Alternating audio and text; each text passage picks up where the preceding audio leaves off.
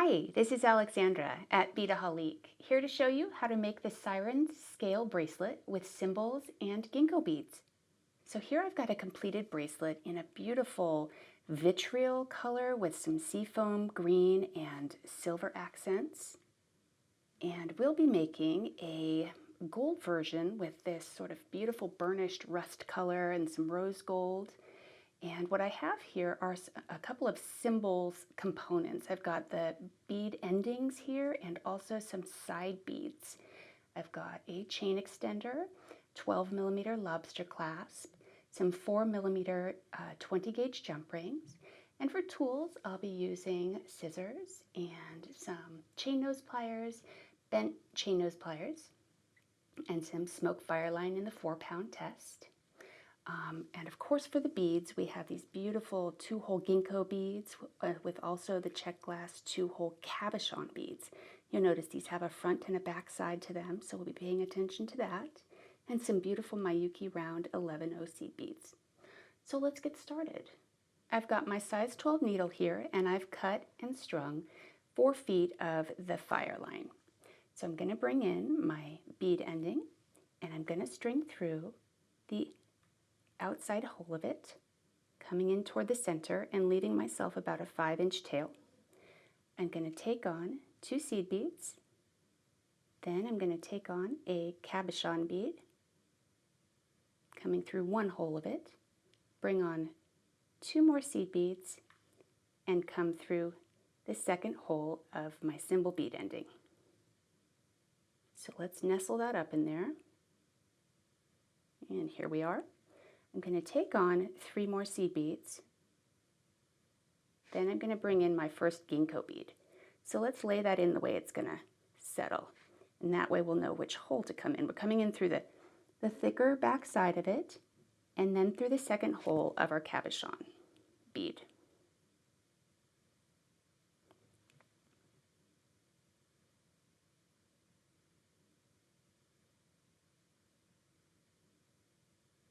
There it is.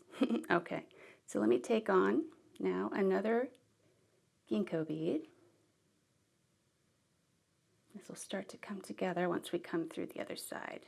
This time I'm coming through the pointed nose end, and again that's going to nestle nicely against that cabochon bead. All right, now I'm going to take on 3 more seed beads,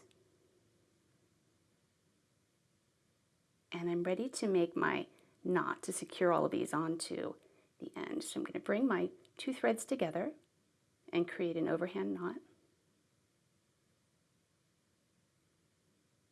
Coming around once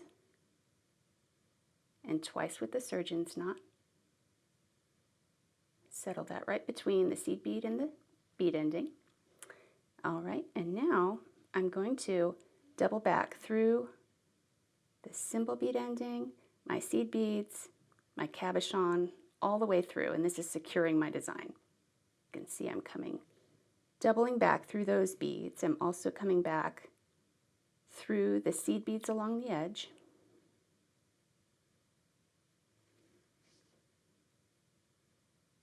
And also doubling back through the thread path along the holes of the Ginko that come through the 2nd hole of that cabochon. So here we are. Now I'm going to create a thread bridge along the outside of that Ginko bead. And this smoke color disappears really nicely against the bead. But depending on what color, you may want to use crystal if it's a lighter bead. And at this point, I'm ready to take on my next cabochon bead. So I'm going to bring that in the direction that I know it will be facing in the same way as the previous one. And then come through the 2nd hole of my Ginko on the other side. And there we are. Now I'm ready to take on one of these cymbal side beads. And I'm going to come through this side of it to where the curve is kind of facing me. That's going to rest against the Ginko. And then I'm going to take on 3 seed beads. And once I've got those on, I'm going to double back through the 2nd hole of that side bead.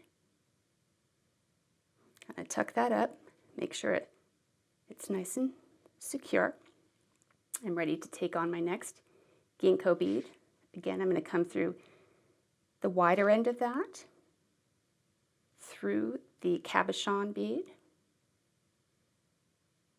and bring in my next Ginko, come through the pointed nose of that,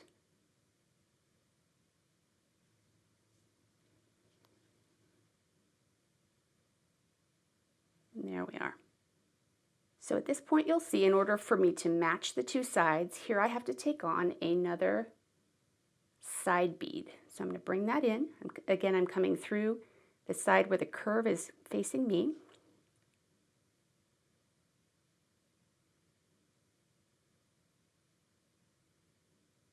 I'm going to bring in 3 more seed beads, doubling back through that second hole, and here I'm coming through the second hole of this Ginko in my previous row.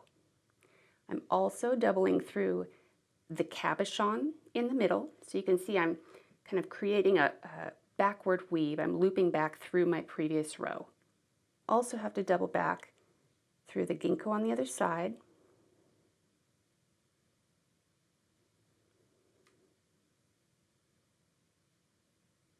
I need to come up through the back side of this side bead and work my way back to the row I'm adding. So I'm doing some doubling back here. Just working my needle back to where it needs to be, to where we can add more beads. And when you're working in a back and forth design like this, sometimes that's what's required, is just doing a bit of back and forth, and it also secures the design and makes it nice and strong.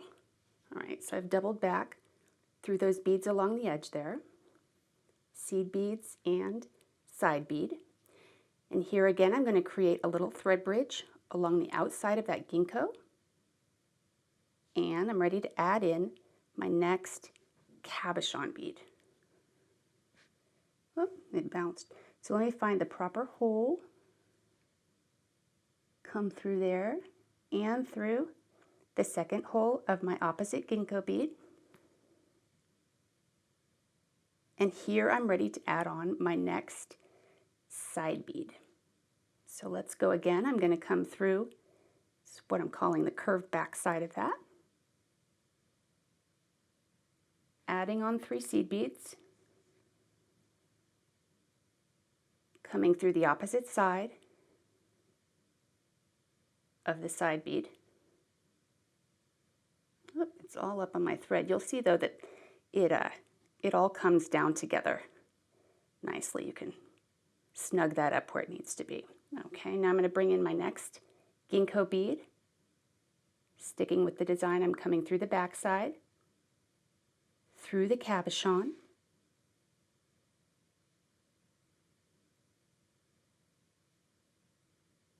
and bringing on another Ginko bead. This time coming through the narrower end.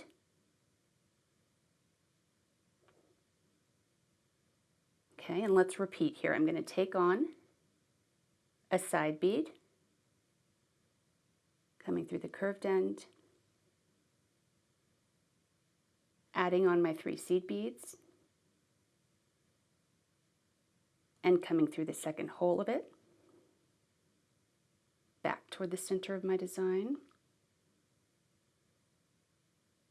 checking my tension,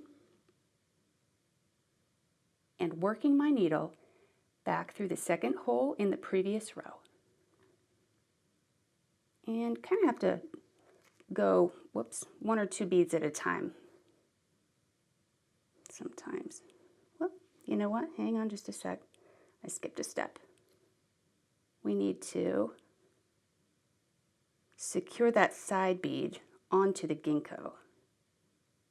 So let me get back to where I need to be here. My needle went through the wrong thread path. Sorry about that. There, I've corrected myself. Sometimes that'll happen. All right. So here we are, coming through after I've added my side bead. Now I need to come through the gingko. I think that's what didn't happen. Let's see, that's where we need to be. I hope that was clear for you. Let me make sure my tension is taut. And we're back up to speed. Okay, so I'm coming through the second hole of that gingko across the way. And here again, we're going to need to double back through some beads to get to our next adding of our next row. So I'm coming through the whole of the side bead there and also the seed beads. I want to pull my thread so that it's nice and taut. Continuing to come back through the other hole of that side bead and also through these holes here of this row. Okay, so you can see the pattern starting to develop, where now again we're going to create a thread bridge along the outside of that gingko bead and start into our next row. Now just reminder here that you're not adding your side bead yet. You're having to create your row of beads first. So there's a certain order to it that allows for that symmetry, and it requires the looping back through. All right, so we'll do one more row. We're going to come again through the back curved edge of our side bead. We're going to add 3 seed beads on. Come through the second hole.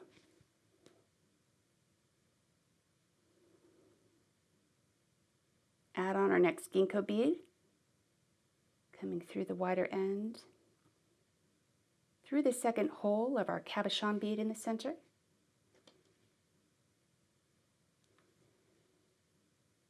Adding on another gingko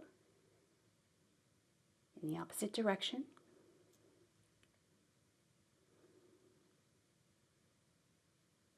And that's right, we're ready to add our next side bead, coming through the back hole of it. 3 more seed beads,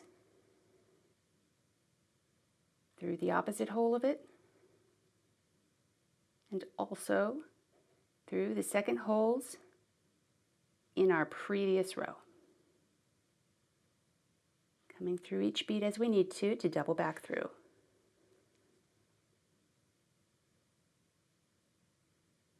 All right, so from this point, what I'm going to do is continue to double back through these little edge beads. I'm going to create my thread bridge here and continue in this same pattern. I'll finish up the weaving of the bracelet and then come back with you when we're ready to finish off the other end, attach our clasp and our extender chain. So I've finished adding all my beads. I've got my 2 side beads symmetrically attached with the seed beads, a thread bridge running along this side, and I'm coming through. And I'm ready to finish up the bracelet in the same manner as we began. So let me take up the final 3 seed beads, bring in my cymbal ending. I'm going to take up 2 more seed beads, come through the second hole of my final cabochon bead, take on 2 more seed beads, and fit my needle through the other end of my cymbal piece. Okay, now I'm going to take on my final 3 seed beads and come in through my gingko to make this final loop. Now I'm going to continue my way through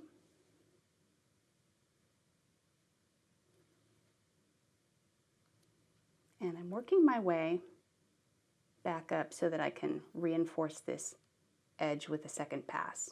So I'm coming through the seed beads,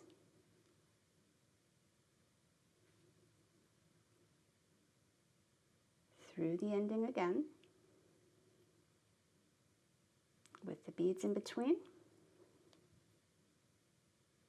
and I'm ready to make a little knot. go under my thread, make my knot once and twice. I'm going to go back through a few more beads.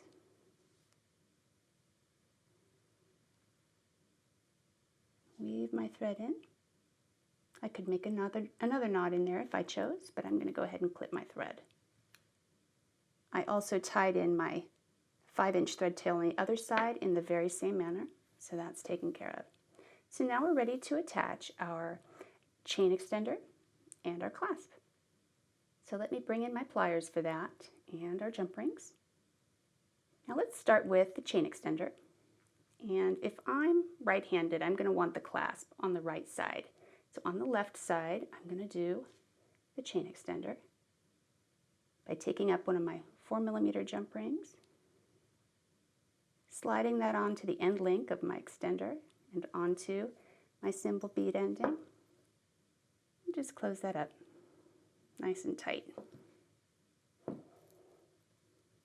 Actually, I guess right or left doesn't matter because these are symmetrical. Okay, so next, what I like to do, and I'll show you this in the finished piece, is add a few extra jump rings there to add some flexibility to the Lobster's lever and give me a little bit of extra room to grip that if I'm putting the bracelet on by myself. So to do that, we'll take a few of these and just attach them in the same way. These bent chain nose pliers are handy for jump ring attachments. So I'll take one that I previously opened and latch on a closed ring. They are all openable. And then I'll take my final jump ring here, slide on the end loop of my clasp, and attach it.